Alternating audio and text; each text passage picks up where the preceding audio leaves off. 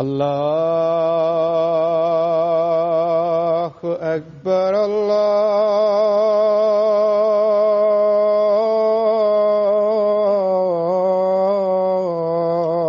الله أكبر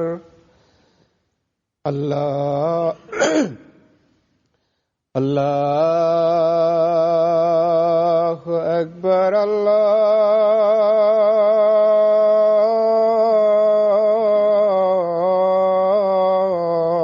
الله أكبر أشهد أن لا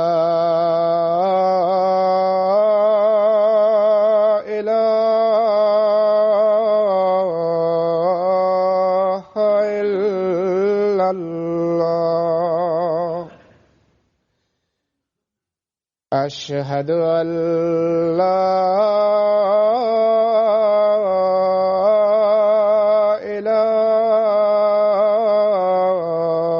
إله إلا الله أشهد أن محمدًا رسول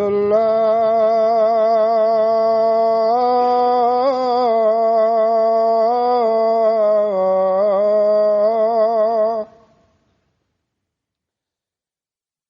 أشهد أن محمدًا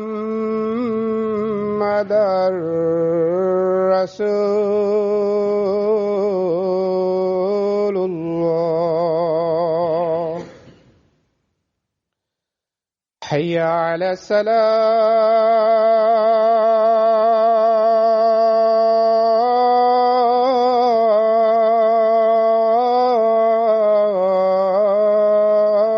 الصلاة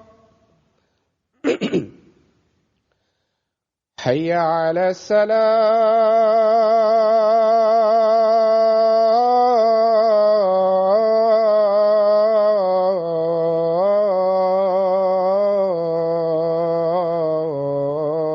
الصلاة حي على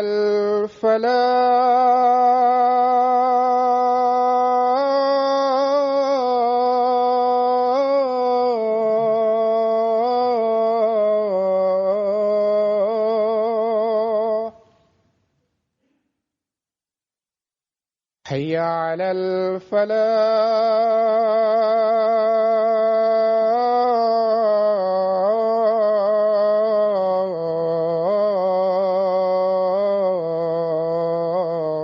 الفلاح الله أكبر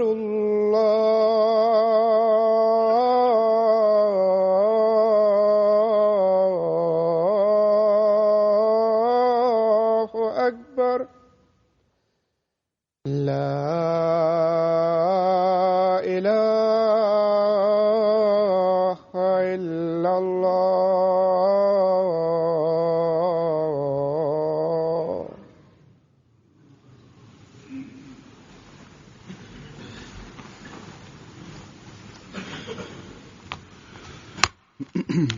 अस्सलामु अलैकुम रहमतुल्लाह।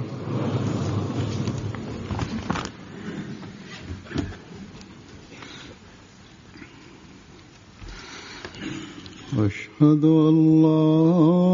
इलाहा इल्लल्लाह वहदहु ला शरीका लहु व अशहदु अन्ना मुहम्मदन अब्दुहु व रसूलुहु अम्मा बअदु फ़अऊज़ु बिल्लाहि मिनश शैतानिर रजीम बिस्मिल्लाहिर रहमानिर रहीम अल्हम्दुलिल्लाहि रब्बिल आलमीन अर्रहमानिर रहीम मालिकि यौमिद्दीन إياك نعبد وإياك نستعين اهدنا الصراط المستقيم صراط الذين أنعمت عليهم غير المغضوب عليهم ولا الضالين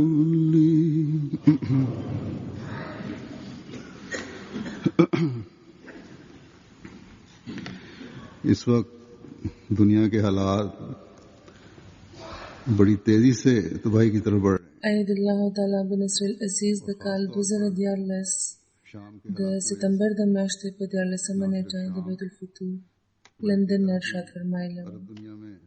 دلته به د هغې خطبې پښتو ترجمه की वजह से बहुत ज्यादा د احباب په خدمت کې وړاندې کوو अगर शाम की जंग में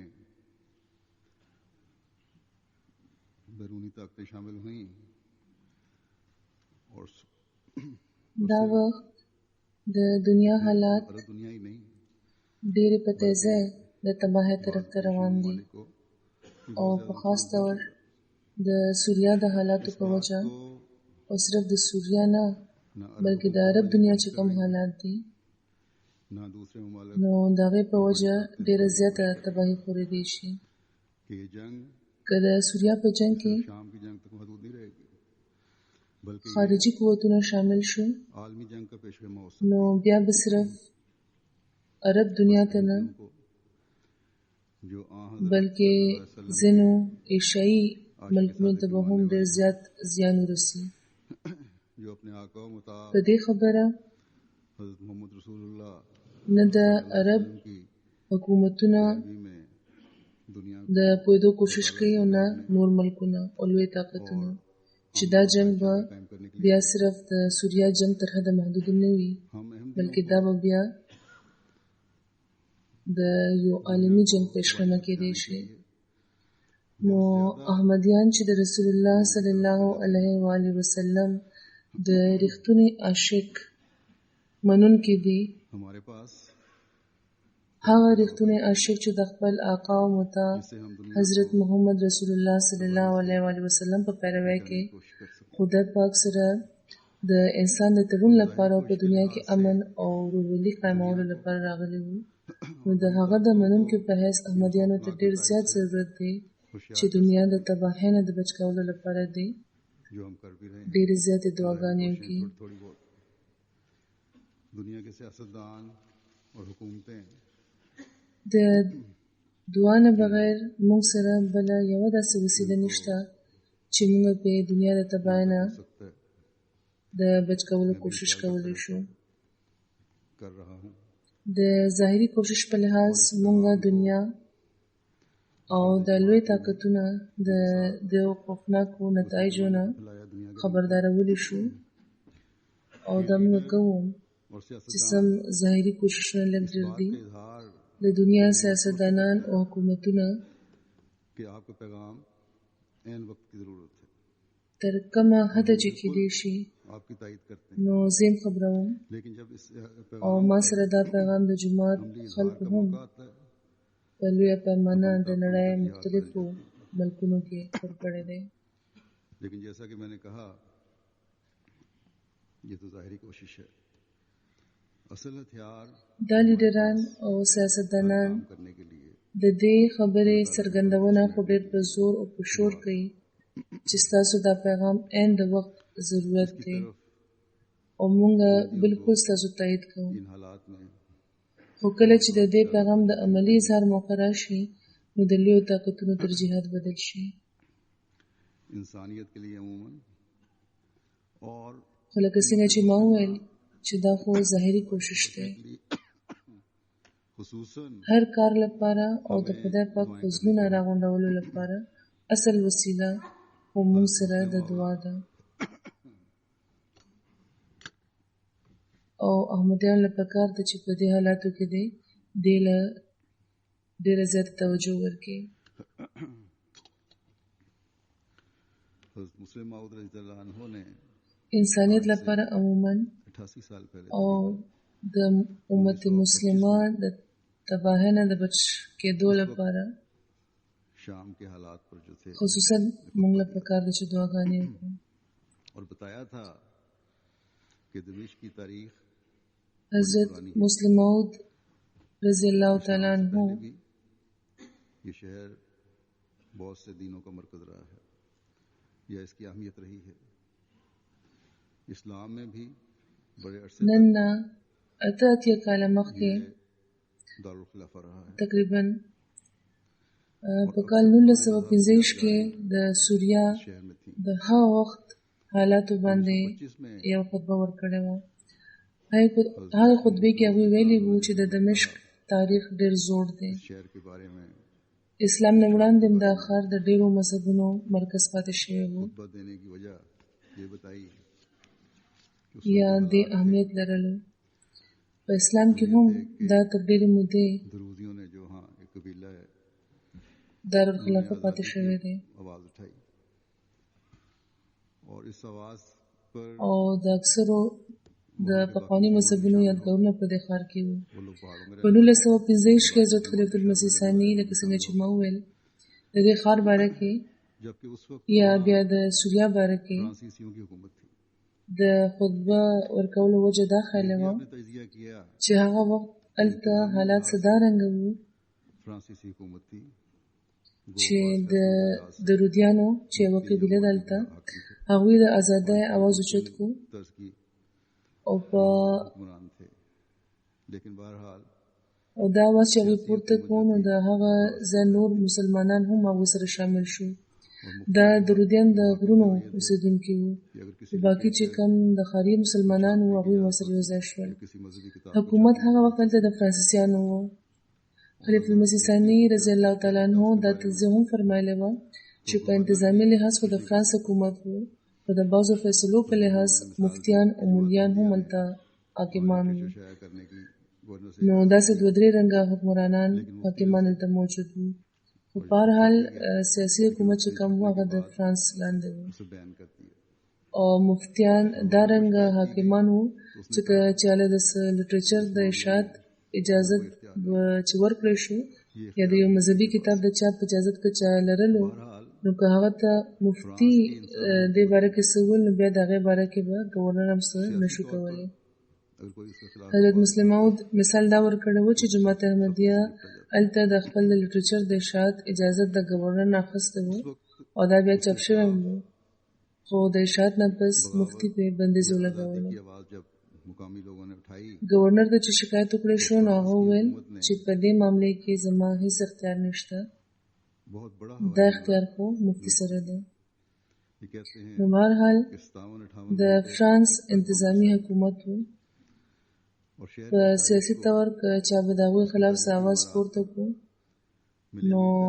په سختۍ به ورسره کتل کېده. हजारों लोग मारे गए. نو هغه وخت چې مقامي خلکو د هغوی خلاف د بغاوت वो लोग मारे गए یا د ازادۍ اواز چې پورته کړو نو د فرانس حکومت गैर हुकूमत से یوه لویه هوایي حمله په دمشق کړې وه.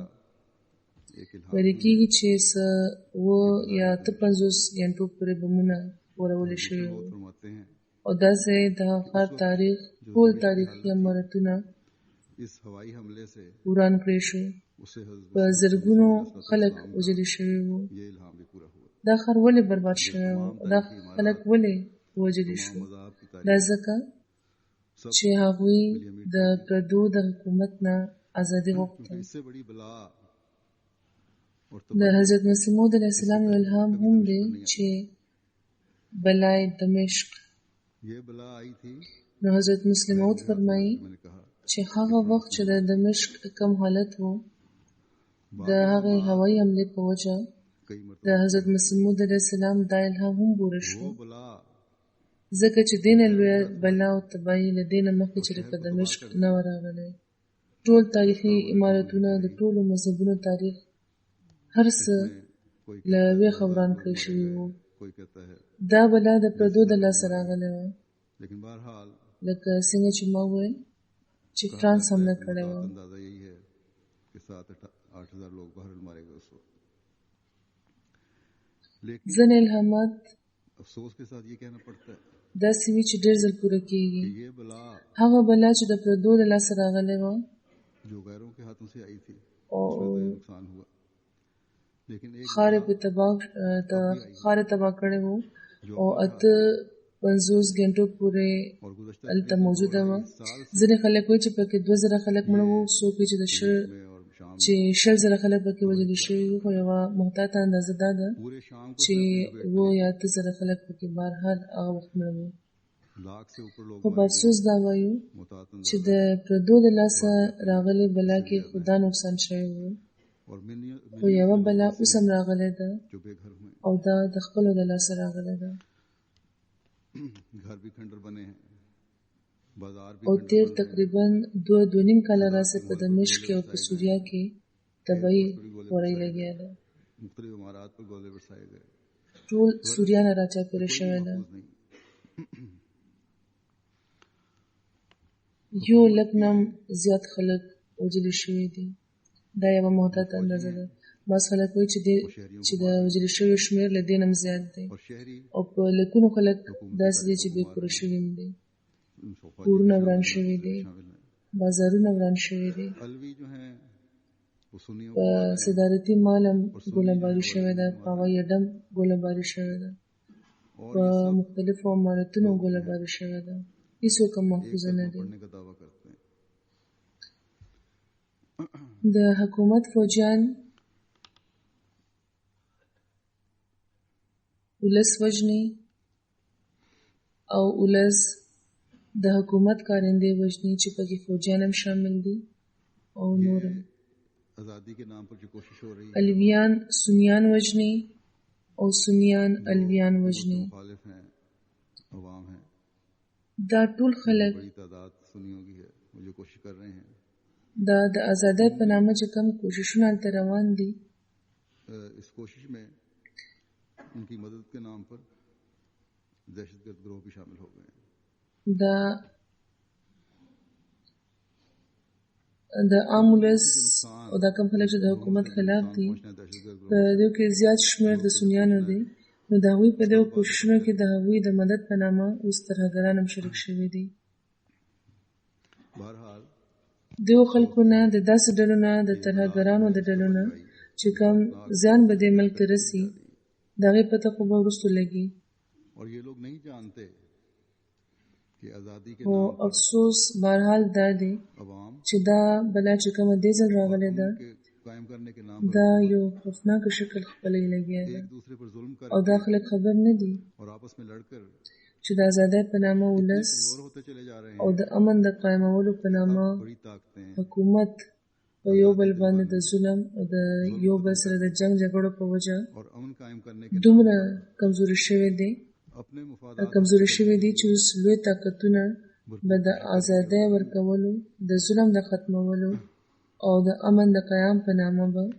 د خپلو مفاداتو د حاصلولو ये कोशिश زبردست کوششونه کوي او لګیا دي کوي. में ले सकती. शाम की हुकूमत के साथ भी बहुत बड़ी हुकूमतें हैं. خو دې نه خبر نه دي इसी तरह چې دا کوششونه بعض हुकूमतें हैं जो शाम की ټولې دنیا کې تبعی خپرولی कर شي. रही हैं या उनकी हमायत कर रही हैं. د سوریا حکومت هم د ځینو لویو ملکونو د حکومتونو مرسته لري. उनके साथ د هغې خطې بعض ملکونه دي چې د شام ताकतें उनके साथ امداد کوي یا پشتپناهي کوي یا د هغې حمایت کوي. इस सूरत हाल همدغه شان जैसा कि मैंने कहा बड़े چې د سوریا د حکومت کومې مخالفې ډلې دي، هغوی سره هم ځینې حکومتونه ولاړ دي، بلکې لوی طاقتونه زیات هم هغوی سره دي. अमल करने का दावा कर دې صورتحال لکه څنګه چې ما وویل ډېر خطرناک حالات پیدا کړي دي. था कि ये په افسوس خو په مسلمان ملکونه دي उस چې په هغه تعلیم د عمل دعوه کوي को अल्लाह ताला ने کوم لپاره چې خدای پاک دا فرمایلی دي چې دا خپل کمال ته رسېدلی دی. जो आज ये هغه امت سره د تعلق دعوه ده چې خدای پاک ورته करती है ना तालीम के خیر امت ویلی دی. गैर کوم د خیر کار دی چې دا مسلمان ملکونه یې نن کوي. और गैरों से मदद मांगी जाती है نه دوی د همدردۍ احساس لري، और ये मदद भी نه د تعلیم په یوې برخې عمل کوي، غیرت دی نو هغه هم ختم دی ऐसे हालात او में د پردو نه دوی امداد غواړي कुरान करीम की तालीम क्या कहती है अगर ऐसे او हालात دا امداد هم دی لپاره چې दो خپل ग्रोह और خلک जमातें लड़ ووژني पड़ें तो अल्लाह ताला क्या फरमाता है په داسې حالاتو کې बताने में د قرآن تعلیم څه وایي چې که داسې حالات پیدا شي که دوه ډلې دوه جماعتونه یو بل سره په جنګ شي نو خدای پاک څه فرمایي او فرمایي حتی تفریع وإن طائفتان من المؤمنين اقتتلوا فأصلحوا بينهما فإن بغت إحداهما فقاتلوا على الأخرى فقاتلوا التي تبغي حتى تفيء إلى أمر الله तो इनके दरमियान فإن فات فأصلحوا بينهما بالعدل وأقسطوا एक दूसरे के खिलाफ إن الله يحب المقسطين तो जो ज्यादती कर रही है उससे लड़ो یعنی که د مؤمنانو دوه ډلې یو بل سره په جنګ شي نو د هغوی ترمنځ دروغ وکړي صلح وکړي نو بیا که د دې ډلو کې یوه د بلې خلاف سرکشي وکړي نو چې کومه زیاتې کوي هغې سره تر هغې جنګ وکړي تر څو چې هغه د خدای پاک فیصلې له واپس را نه شي نو چې هغه واپس راشي نو د دواړو ترمنځ سره د عدل صلح وکړي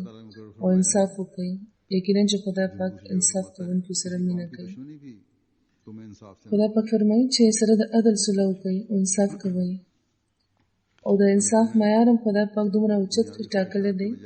یو بل ځای کې فرمایلی دی چې د یو قوم دښمني دی هم تاسو د انصاف نه ونه درئ कि आपस में इंसाफ भी कायम करें که تاسو د دنیاوي خواهشاتو په ځای د خدای پاک که ستاسو د دنیاوي خواهشاتو په ځای د خدای پاک مینه پکار ده نو بیا د مسلمان کار دا دی چې یو بل سره د انصاف قائم کړي او د پردو سره د هم انصاف قائم کړي فرمایي چې هو اقرب للتقوى چې دا خبره تقوا ته زیاته جوخته ده मशवरा दे रहा है او د تقوا د لټون حکم خو یو مسلمان ته بار بار ورکړل شوی دی मानव की तरफ से आना चाहिए था बड़ी ताकत د شرم خبره خدا ده अगर ईमान भी लिया जाए چې دا کومه مشوره په اصل کې د مسلمانانو لپاره تل پکار و هغه د یو طاقتونو له د اسرائیل صدر ورکړي तो उस वक्त मुसलमानों خو که دا ومنلی شي چې د مسلمان ملکونو دې طرف ته پام نه و د هغوی مشرانو له داخل نه و ورغلی نو چې کله د اسرائیل صدر غربي طاقتونو له دا مشوره ورکړه نو هغه وخت د مسلمان ملکونو چې کم کونسل و هغې ته پکار و چې دا اعلان یې کړی وی چې زموږ علاقه کې چې څومره فسادونه روان دي دا به موږ په خپله سنبالو की तालीम पर अमल او خصوصا هغه علاقه چې زموږ مذهبه ده इसको दुनिया موږ یو خدای منو یو رسول منو او د یو کتاب په تعلیم عمل کوونکي یو او په دې دنیا کې دا کتاب خپل لارښود منو की लड़ाई या अवाम और हुकूमत की लड़ाई किसी जायज या नाजायज वजह که موږ کې اختلافات پیدا شوي دي शुरू भी हो गई है که په یو ملک کې د دوو فرقو جنگ شروع شوی دی अपनी काम یا से د ولس او د حکومت ترمنځ پس جایزه अगर एक یا ناجایزه وجه جنگ شروع شوی دی نو موږ به د خپل د کامل تعلیم پر روح دا مسله حل کړو हुई भी तो که یو ډله په سرکشي آماده ده हथियारों की نو د هغې د سرکشي لرې کولو لپاره که موږ له د پردو और अफराद भी हमारे होंगे د مرستې اجت راپېښ شو د هغوی د امداد اجت راپېښ شو نو تکنیکی مدد یا د وسلې امداد به موږ واخلو तो किसी په حکمت عملي به زموږ خپله وي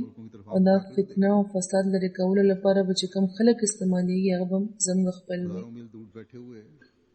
که دا زموږ سوچ وي मुल्क से क्या दिलचस्पी نو پردو کې چاته به چېرې دا جرأت نه وي شوی چې د مسلمانانو ملکونو ته یې سترګه اوچته کړې وي या د زرګونو میل فاصلې نه څنګه څوک یو ملک کې دلچسپي لرلی شي سوای د دې نه जो मुखालिफ چې د هغه ملک په دولت قبضه کول غواړي उस पर او یا په دنیا کې چې کم د هغې مخالف کم لوی طاقت دی په هغې د خپل طاقت روب جوړولو لپاره छोटे मुल्क هغه ملکونه چې غریبانان دي واړه دي او فسادونه پکې روان دي هغه د خپل د لاس لاندې کی او داسې خپله برتري دي ثابته वाले کړي की कमजोरी है और अपनी तालीम को भूलना है जो गैरों को इतनी जरूरत है कि एक मुल्क की हुकूमत ये ऐलान करती है कि بهرحال دا د مسلمانانو د ملکونو کمزوري ده तब भी हम हमला او د خپل د تعلیم د هیرولو نتیجه ده چې پر دې دومره جرأت لري چې یو ملک دا اعلان کوي چې که ملګرو ملتونو په سوریا د حمله اجازه ورنم کو نو بیا به موږ حمله کوو دا زموږ حق دی पॉलिसी का कहां से सवाल आ गया او د حق دلیل د ماشومانو غونه دا دی چې ملګري ملتونه زموږ خارجه پالیسي نه املا کوي कि आंखों पर पट्टी बन जाए तो बज़ाहिर دلته د خارجه پالیسي سوال لکه راغلی जहलाना बातें करते हैं हम बड़े इनकी چې د دشمن دشمنی تر دې حد زیاته شي چې د دشمنۍ پټه په سترګو وتړل شي तुम हजारों نو بیا په ظاهر تعلیم یافته خلک هم د جاهلانو په شان خبرې شروع کوي ताल्लुक भी नहीं है अगर ताल्लुक है موږ دوی ته ډېر په دې نظر ګورو چې لکه دا خلک ډېر هوښیاران دي هم دوی خبره د جاهلانو په شان کوي لګیا دي تاسو خو زرګونو میل لرې ناست دي دې معاملې سره ستاسو ورسره تعلق نشته که تعلق څه پکار دی نو د ملګرو ملتونو پکار دی ना लेना देना چې دوی د هغې د معاهدې یعنې د ملګرو ملتونو منشور کې شامل دي भी किसी किस्म का खतरा नहीं है په انفرادي ډول یو ملک سره څه معاهدې نشته او نه د یو ये मंतक मुझे तो समझ नहीं आ रहा ये तो जिदबाजी है और ढिठाई है او نه یو ملک په انفرادي حیثیت د زړه سره تعلق لري برتری ثابت करने की کم ملک کې چې فساد روان دی هغې نه هم نیغ په نیغه هېڅ قسمه خطره دوی ته نشته نو دلته د خارجه پالیسۍ سوال له کومه راغلی د دې په منطق زه خو نه پوهېږم دا خو ضدبازي ده سختسري ده او د خپلې د برترۍ د ثابتولو یو مضمومه کوشش دی دنیا کې امن داسې نه قایمیږي د امن قایمولو لپاره د انصاف تقاضې پوره کول پکار وي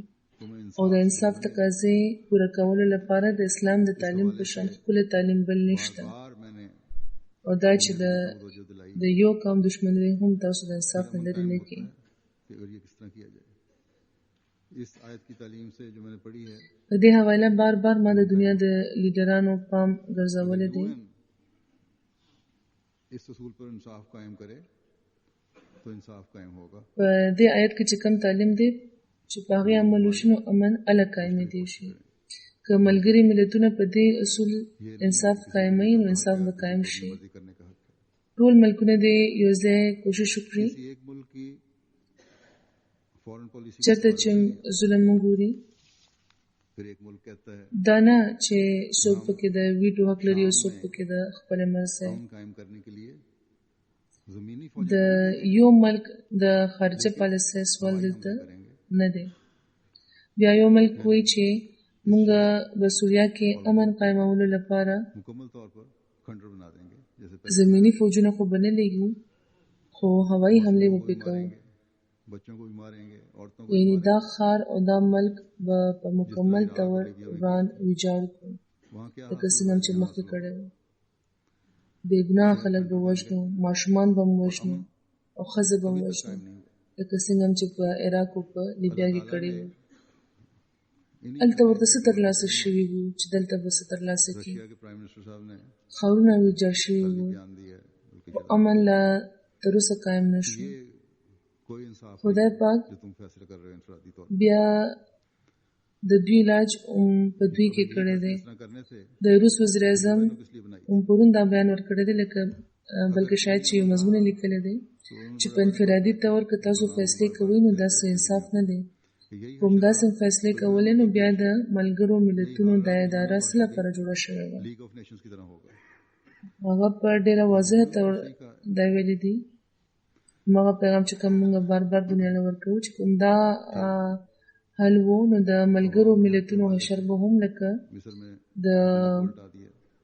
ملتونو د ټولنې یعنې د لیګ آف نیشنز غوندې وي खुदा नहीं हो रहा او یقینا چې هغه صحیح ویلي دي अपने आप को बचाने के लिए बेदर्दी से अवाम को कत्ल بیا د ولس د حق په حواله په مصر کې د حکومت تخته ړنګولې وه دا یې ویلي وو چې د ولس حق نه پوره کېږي او حکومت ځان بچ کولو لپاره په हुकूमत आई ډېرې بېدردۍ ولس وژنې لګیا دی یقینا چې دا خبره رښتیا ده چې هلته د حکومت سلوک غلط و फिर बड़ी ताकतों د هغې د حکومت رویه غلطه وه क्या होगा خو هغه حکومت ختمولو نه پس چې کوم حکومت دلته راغلو هغه د شدت پسندانو او د مذهبي جنونیانو حکومت و इस نو بیا لوی طاقتونه په فکر واوړده چې اوس به څه چل کېږي. तो मैंने د امریکې د یو لوی اخبار صحافي ما نه دا پوښتنه کړې وه چې اوس دې نه پس په مصر کې د امن د قیام امکانات څومره دي. हो गई نو ما هغه ته دا ویلي وو چې تاسو جوړې هلته خپل اثر قایمولو لپاره वहाँ के अवाम की मर्जी की د حکومت यानी अक्सरियत تخته अवाम के खिलाफ है एक رنګولې وه، خو ستاسو اندازه غلطه شوه. اوس چې کوم خلک هلته راغلي دي هغه نه ستاسو خوښ دي दोबारा او نه د هغه ضد د ولس. जिस तरह पहले बह चुका है د ولس اکثریت د هغوی خلاف دی. लेकिन मेरे अंदाजे से बहुत पहले یوه پټه سپرغۍ هلته اوس هم شته او تاسو به وګورئ गुज़श्ता दिनों के چې یو څو میاشتو کې به هلته بیا همداسې وینه بهیږي لکه څنګه چې مخکې بهېدلې وه. خو زما د اندازې نه ډېر مخکې دا وینه هلته وبهېده. मुसलमान ममालिक تېرو ورځو کې چې د مصر کوم حالات وو هغه زموږ وړاندې دي. बात हों जायज़ भी होंगी अवाम की तरफ से लेकिन जब बड़ी ताकतें गलत रंग में दखल अंदाजी مسلمان ملکونو کې چې د بېچینۍ وجې سم وي मैंने 2011 के शुरू د में ولس له اړخه जब इस बारे में खुतबात दिए थे د جایز هم وي، तो वादे किया था خو لوی طاقتونه که په غلط رنګ هلته دخل اندازي کوي نو فساد به پیدا کېږي. पर बड़ी ताकतें د کال 2011 په شروع کې ما دې باره کې یو دوه درې خطبې ورکړې وې. نو دا مې پکې واضح کړې وه چې د مسلمانانو دې حالاتو په وجه د امن په نامه د لوی طاقتونه मफादात چې کوم هم ښکاره یا پټه حکمت عملي جوړه کړي د هغې به اخره کې نقصان مسلمانانو ته رسي. कि जब हस्नी मुबारक की دا طاقتونه به هیڅ رنګ خپل مفادات متاثره کېدو ته نه پرېږدي. او دا اوس وګورئ हिमायत की गई چې د حسني مبارک په زمانه کې چې څنګه बताया गया कोशिश की गई बड़ा प्रोपेगेंडा हुआ लेकिन وینې بهېدې نو په هغې کې د ولس حمایت وکړی شو، फौजी हुकूमत आई هغه یې لرې کړو और उसने पहले से भी ज्यादा खून او बहाया। کوشش وشو ډېره پروپاګنډا وشوه उस वक्त किसी ने अवाम से خو چې بل حکومت د هغوی د مفاداتو خیالونه ساتلو او فوجي حکومت راغلو نو مخکې نه هم زیاته وینه मुसलमान وبهیولې شوه. हुकूमतों को نو هغه وخت بیا د ولس سره د همدردۍ څرګندونه چا ونه کړه، मफादात से داسې کوشش وشو. उम्मत मुस्लिमा के मफादात اخر همدا دوه عملي ده او دا فرق دی. लेकिन ये उस वक्त होगा بهرحال اوس هم پکار ده چې तकवा مسلمان ملکونه د صغارت وښیي او د امت مفادات دې د خپل ذاتي مفاداتو वालों के दिलों में نه وړاندې کېږدي. और अवाम के दिलों में خو دا به هله کېږي چې په زړونو کې تقوا وي، ये उस वक्त होगा د حاکمانو په زړونو کې هم او د ولس په زړونو کې هم. मोहब्बत के दावे के साथ आपके उसवा हसना पर अमल करने की कोशिश भी होगी। ये उस वक्त होगा او دا به هله کېږي जब हाकिम چې د रسول الله صلی الله علیه و آله وسلم سره د مینې دعوې سره سره د هغوی په وسوې هم د عمل کوشش دې وشي. आपकी तालीम पर अमल او دا به هله کېږي چې کله حاکمان هم او رعایا هم د رسول الله صلی الله علیه و آله وسلم درد محسوس کړي او د هغوی په تعلیم د عمل کوشش دې وکړي. की तरफ तवज्जो दिलाते हैं और अवाम को भी।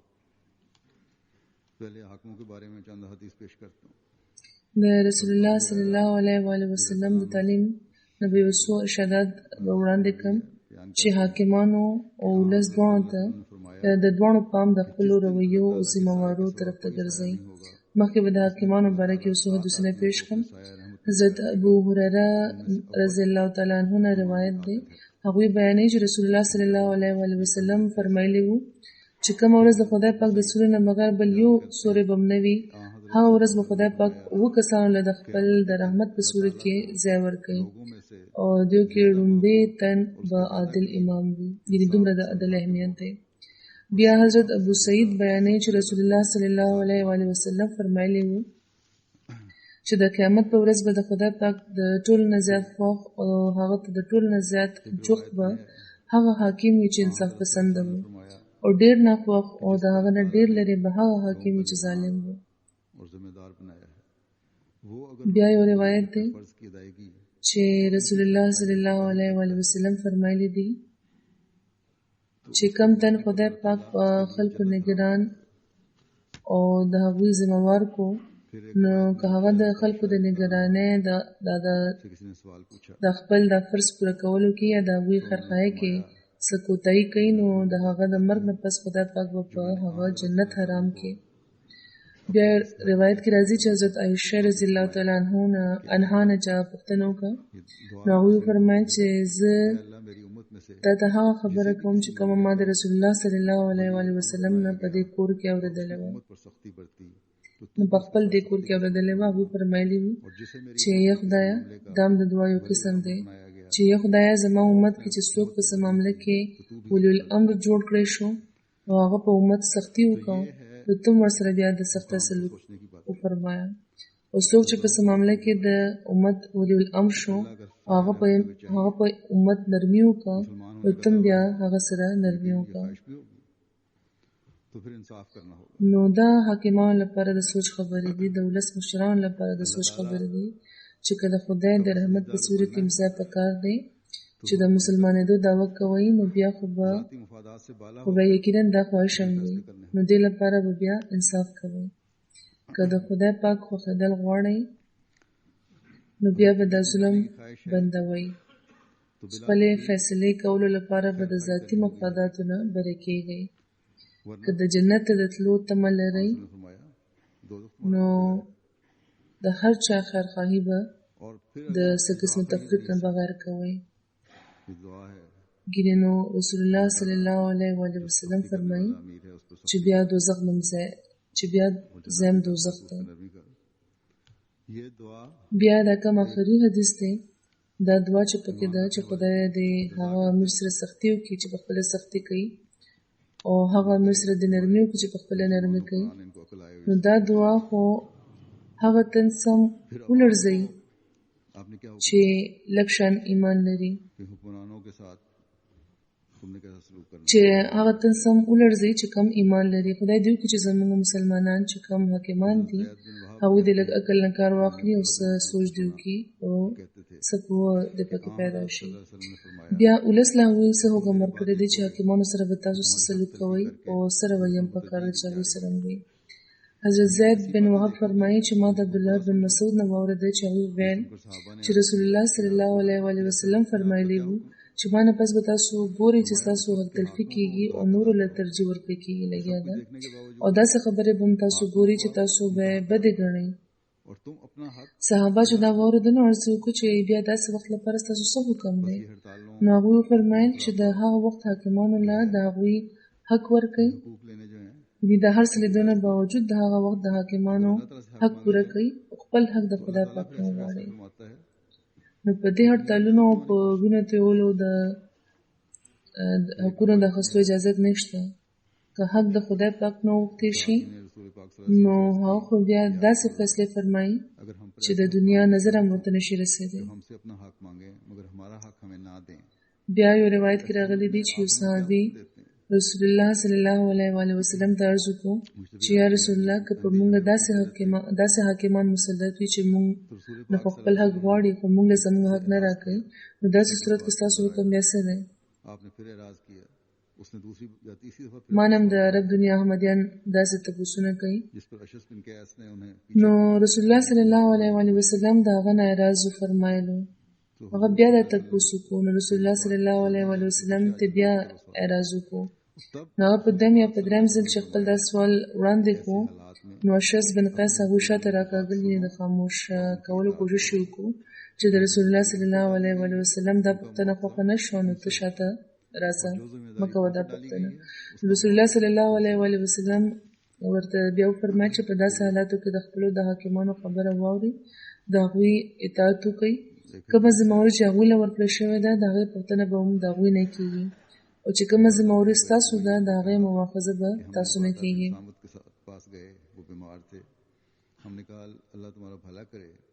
بیا یو حدیث دی چې جناده بن ابي امیه ویل چې موږ عباده بن ثابت له لاړو هغوی ناروغ وو. موږ ورته ویل چې خدای تاسو ښه کړي. موږ ته یو داسې حدیث بیان کړي چې تاسو د رسول الله صلی الله علیه وسلم نه اورېدلی دی چې خدای پاک د هغې په وجه څه نه فراکي. هغوی ویل چې رسول الله صلی الله علیه وسلم موږ رابللي وو موږ د هغوی بیعت وکړو. په بیعت کې هغوی موږ دا لوز اخیستی و چې موږ په هر حال کې خوشحالي وي که نه وي، تنګي وي که اساني وي، او که زموږ حق تلفي کېږي نو هم به موږ خبره اورو او منو به یې. هغوی موږ دا لوز اخیستی و چې کوم دین حاکم شي هغه سره به جګړه نه کوئ سوای د دې نه چې هغه په ښکاره کفر ووینئ، چې په خلاف در سره د خدای پاک دلیل موجود وي. یعنې داسې کفر چې دلیل یې په واضح طور موجود وي، دا نه چې د کفر فتوې ولګوئ لکه څنګه چې د نن سبا عالمان کوي. حضرت ابوذر بیانوي چې رسول الله صلی الله علیه وسلم د خدای له طرفه موږ ته دا ویلي وو چې خدای پاک فرمایي، حدیث قدسي دی، چې ای زما بندګانو، ما په خپل ځان ظلم حرام کړی دی او ستاسو ترمنځ مې هم دا حرام کړی دی، نو تاسو په یو بل ظلم مه کوئ. نو که د خدای پاک د مؤاخذې نه بچ کېدل غواړئ نو خپل فرایض پوره کړئ. باقي د حاکمانو معامله خدای پاک سره ده او په دعاګانو کې بوخوسئ. بیا همدغه شان لکه څنګه چې ما وویل چې د حاکمانو چې کوم کفر دی، نو دې مطلب دا دی چې که په ښکاره طور د واضح شرعي احکاماتو خلاف ورزي کېږي نو هله به یې نه منئ، خپل توجیحات به نه وړاندې کوئ. مثال په طور لکه څنګه چې پاکستان کې احمدیانو سره کېږي چې کلمه به نه وایي، لمونځ به نه کوئ، سلام به نه کوئ. موږ مسلمانان یو، موږ دا وایو، او دا کوم خلک چې موږ ودرئ دا په موږ د شریعت او د قرآن شریف د احکاماتو خلاف ورزي کول غواړي، نو دا خو به موږ نه کوو. او دې نه بغیر چې کوم د ملک قوانین دي د هغه پابندي به کوو. نو د ټول تعلیم خلاصه په دې آخري حدیث کې ده چې په یو بل ظلم مه کوئ، نه د حاکمان پر رعایا ظلم کوي او نه د حاکمانو حق خپل حق اخیستو لپاره رعایا داسې کاروایي کول پکار دی چې ترې ظلم ثابتېږي. اوس دا د حاکمانو د رعایا کار دی چې دا دې وګوري چې آیا هغوی په دې تعلیم عمل کوي، آیا حاکمان د انصاف اعلی معیار لري، خپلې هرې فیصلې کې هغوی خدای پاک خپل ګواه جوړولی شي چې همدغه په تعلیم موږ عمل کوو. همدغه شان رعایا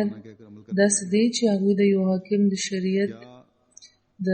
واضح حکم خلاف ورزي کوونکي حکم منلو له بغیر باقي هر چې کوم حکم دی په هغې سره د سمعنا و اطعنا عمل کوي، او د ظالمانو حاکمانو خلاف صرف خپل رب ته جاړي.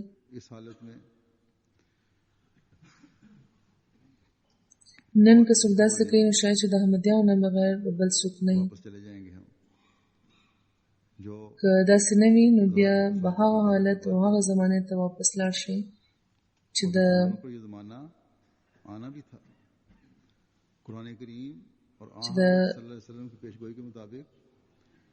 ظهر الفساد فی البر والبحر زمانه وه، او په مسلمانانو به دا زمانه راتله، ځکه چې د قرآن او د رسول الله صلی الله علیه وسلم د پیشنګویۍ مطابق د مسیح موعود او د مهدي موعود په زمانه کې به همداسې حالات پیدا کېدل. نو د مسلمانانو حاکمانو او رعایا له هم پکار ده چې په دې خبره د غور وکړي او د فسادونو د لرې کولو لپاره دې د خدای پاک هغه فرساده ولټوي او هغه سره د ځان وتړي چې کوم د خدای پاک د لوز مطابق رالېږلی شوی دی. د سوریه خلک د په خاص طور او نور مسلمانان د په عام طور د حضرت مسیح موعود علیه السلام صرف په دې الهام د غور وکړي چې بلای دمشق، نو هغوی به خبر شي چې دا پیشنګویي کوونکی د خدای پاک له طرفه رالېږلی شوی دی. دا خبره واورېږي نو په دې زمانه کې د خدای پاک د فرستاده نه بغیر بل څوک رهنمایي کوونکی نشته. د ملکونو دې رویې په وجه چې کوم مذهبي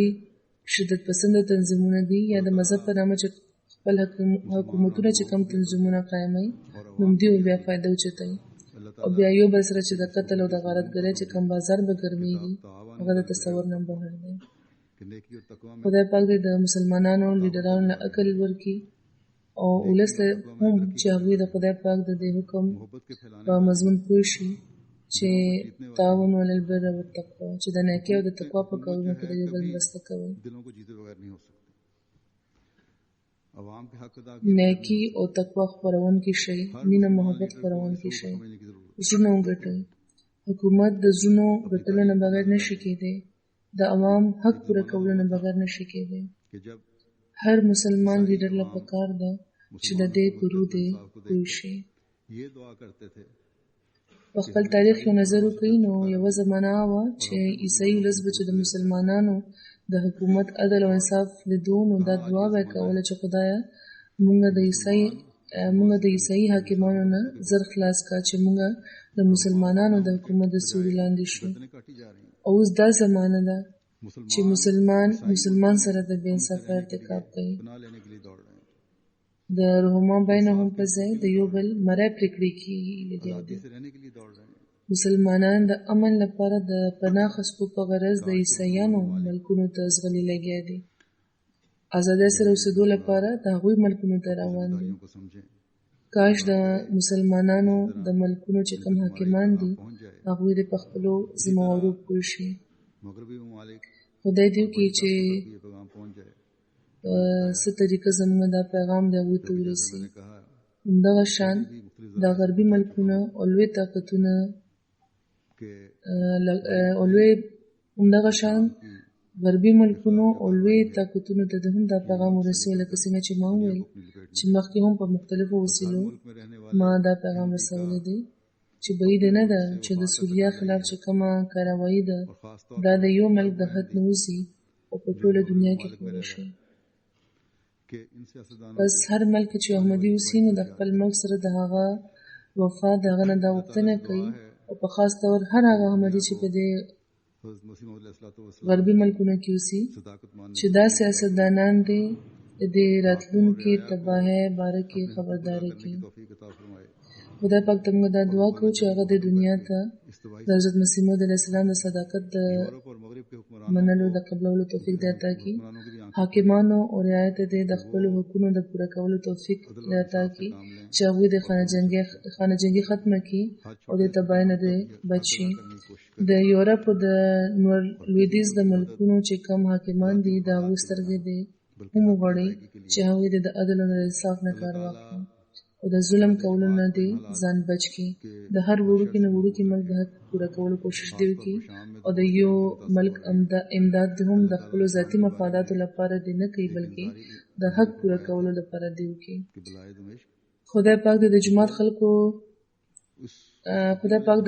د جومات خلک د دې حالاتو د هر شر نه بچ وساتي. पैदा फरमाए. په خاص طور سوریا کې خو ډېر زیات احمدیان متاثر کېږي لګیا دي. خدای پاک د سوریا باره کې یو انځاري الهام فرمایلی و چې بلای دمشق، نو بیا زر هغه الهام دوم پوره کړي چې زموږ د سترګو د یخوالي سامان جوړ شي، چې خدای پاک پکې فرمایلی و چې یدونه لکه ابدال الشام و عباد الله आने वाला हो من الارض، یعنی تاسو تعالی لپاره د سوریا ابدال او د जिसे दुनिया عربونه د خدای پاک بندگان دعاګانې کوي. ये दुनियावी नहीं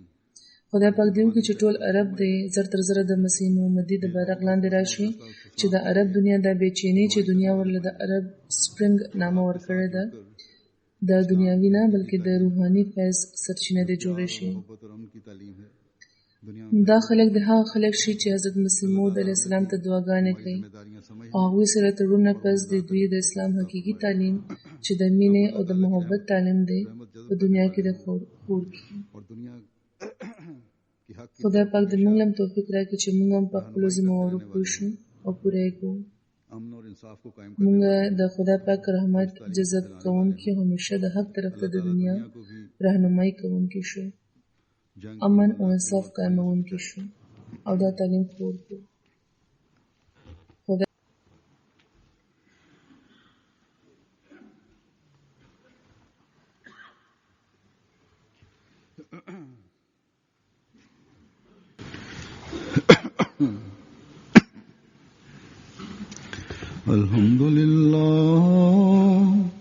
الحمد لله نحمده ونستعينه ونستغفره ونؤمن به ونتوكل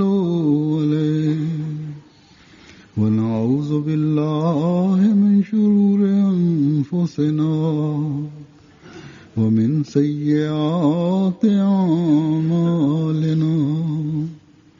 من يهده الله فلا مضل له ومن يضلل فلا هادي له ونشهد أن لا إله إلا الله ونشهد أن محمدا عبده ورسوله عباد الله رحمكم الله إن الله يأمر بالعدل والإحسان وإيتاء ذي القربى وينهى عن الفحشاء والمنكر والبغي يعظكم لعلكم تذكرون اذكروا الله يذكركم وادعوه يستجب لكم ولذكر الله أكبر